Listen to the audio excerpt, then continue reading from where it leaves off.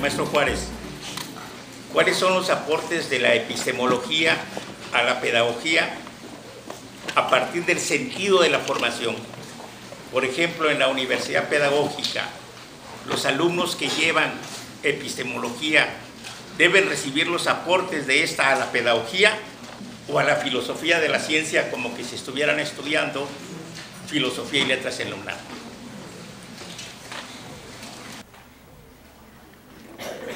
¿Alguna otra pregunta? De este lado. Buenas tardes a todos. Mi pregunta sería para la mesa en general, porque los cuatro hablan de, y la mesa se habla de los grandes pedagogos. Específicamente de lo que comentaba el maestro Fernando, sobre perder ese temor a entrar en, no sé decir que en lead epistemológica. La cuestión que yo plantearía aquí sería para hacer de la pedagogía. Yo hablaba en otra ponencia el día de ayer sobre el poco reconocimiento que tiene la pedagogía en la sociedad. No se reconoce exactamente qué es lo que hace un pedagogo, y yo decía que también era porque el trabajo del pedagogo muchas veces faltaban detalles que permitían que la sociedad se diera cuenta qué era lo que nosotros hacíamos y qué era lo que se llama eso que es pedagogía. Tendríamos que regresar sobre el debate epistemológico y sobre la cientificidad de la pedagogía para encontrar realmente un sentido de la pedagogía, y en este caso eso nos haría hacer de esta ciencia, disciplina en construcción, como hay postulados que le llaman, algo que pudiera darse el adjetivo de grande.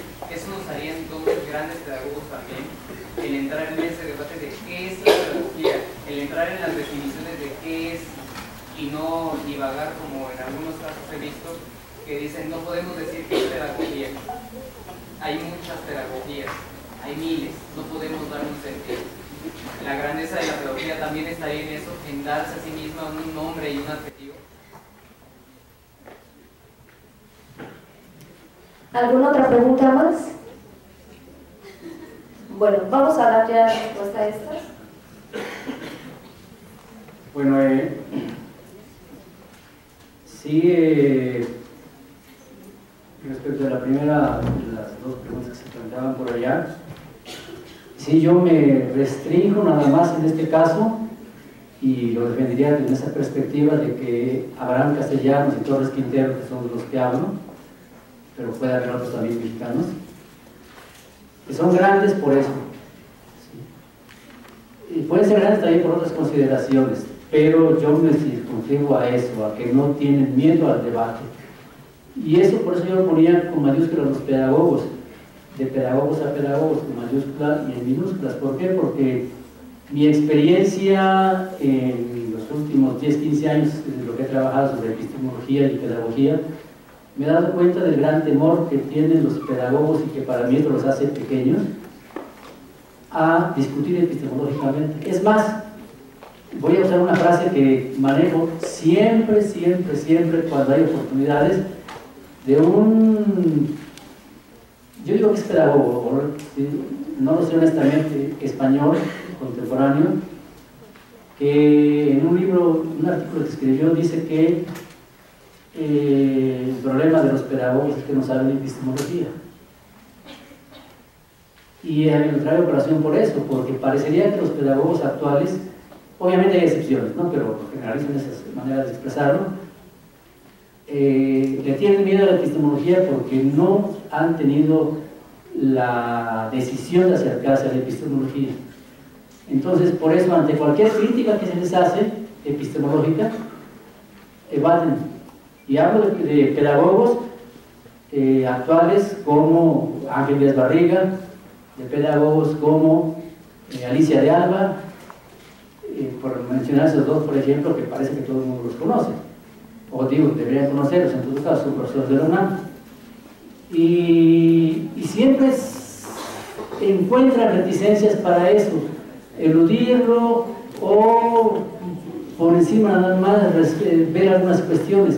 Entonces sí, para mí, lo que hace grande a un pedagogo, que es lo que nos está concitando aquí, ¿no?, porque son grandes los pedagogos, es por eso, porque Abraham Castellanos y Torres Quintero no tienen problemas para enfrentarse a un problema epistemológico, y estoy seguro que así como se defienden entre ellos los que son pedagogos, lo defenderían igual ante un filósofo o alguien que sabe epistemología, ¿no? Y la segunda pregunta, Abraham Castellanos se jacta de ser un pedagogo científico y se jacta de que la pedagogía es una ciencia, siguiendo los pasos de Repsamen. A diferencia de Torres Quintero, que Torres Quintero no retoma esa estafeta. Para él la pedagogía es, como contemporáneamente la podemos ver también ahora, es experiencia práctica y nada más. En algunos de los pasajes que, insisto, si ustedes tienen posibilidades de a través de la memoria o por internet, si quieren, yo les paso mi correo y yo les puedo mandar la copia de la ponencia de inmediato. Hay fragmentos en donde Torres Quintero justamente señala eso. Yo no necesito teoría, con la práctica me basta. Si empíricamente eso es lo que me permite a mí hacer, enseñar a leer y escribir, ¿no? Por ejemplo. Entonces hay una diferencia entre ellos dos en cuanto a que uno sí se jacta de científico, el otro no, lo repudia de alguna manera, ¿no?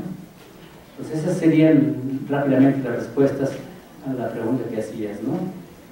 Y por acá, ¿qué aporta la epistemología a la pedagogía?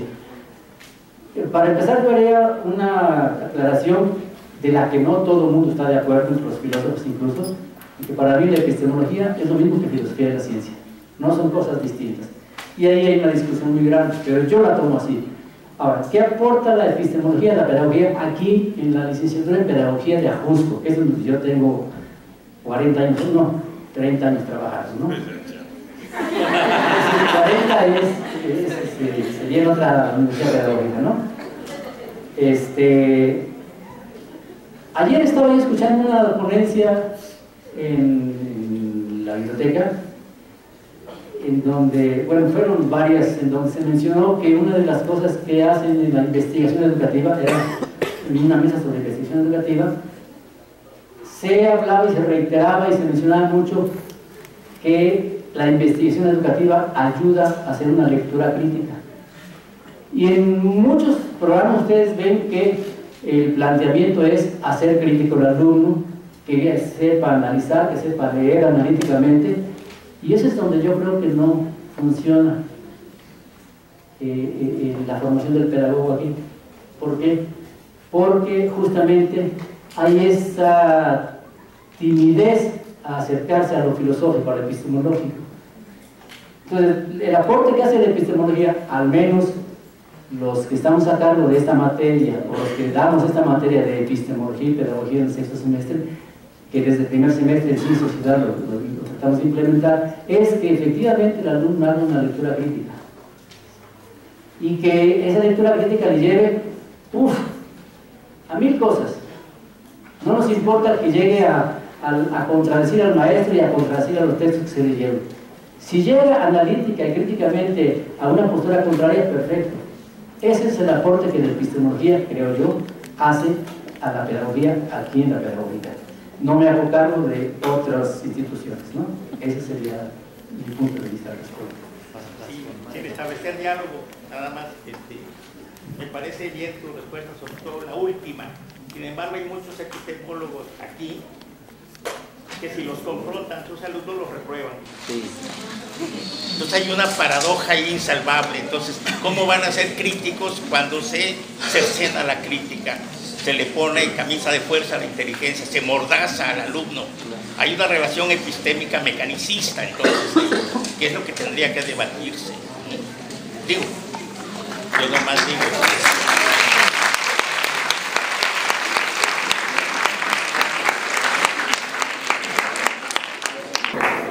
Yo quisiera hacer dos reflexiones. La primera es que yo creo que el problema que señala Fernando es muy cierto. No estamos dispuestos al debate.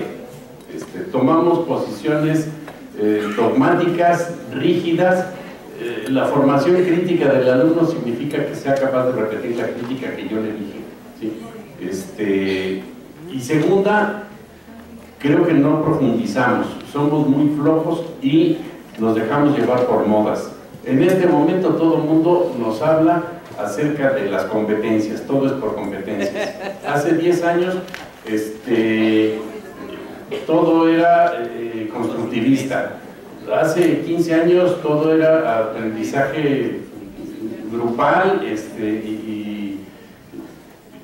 y así nos vamos por modas y no profundizamos nunca en lo que significa cada cosa. Entonces se nos convierten en fetiches, en terminología que nunca alcanzamos a profundizar, y que además con mucha frecuencia rechazamos con argumentos muy absurdos, muy superficiales. O sea, ¿por qué rechazo las competencias? Porque es algo de origen en el neoliberalismo, ¿sí?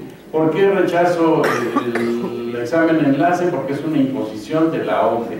¿Por qué rechazo? En primer lugar, ni es cierto la argumentación, pero en segundo lugar, la argumentación no es suficiente. Con decir vino el diablo y nos echó a perder esto, ¿no? Necesitaríamos los pedagogos, primero, profundizar, estudiar, conocer, ¿sí? Y segundo, lo que dice Fernando, no sacarle a la discusión y enfrentarnos al debate, no desde el punto de vista de que yo lo que estoy diciendo es lo cierto y todo el que diga otra cosa está equivocado.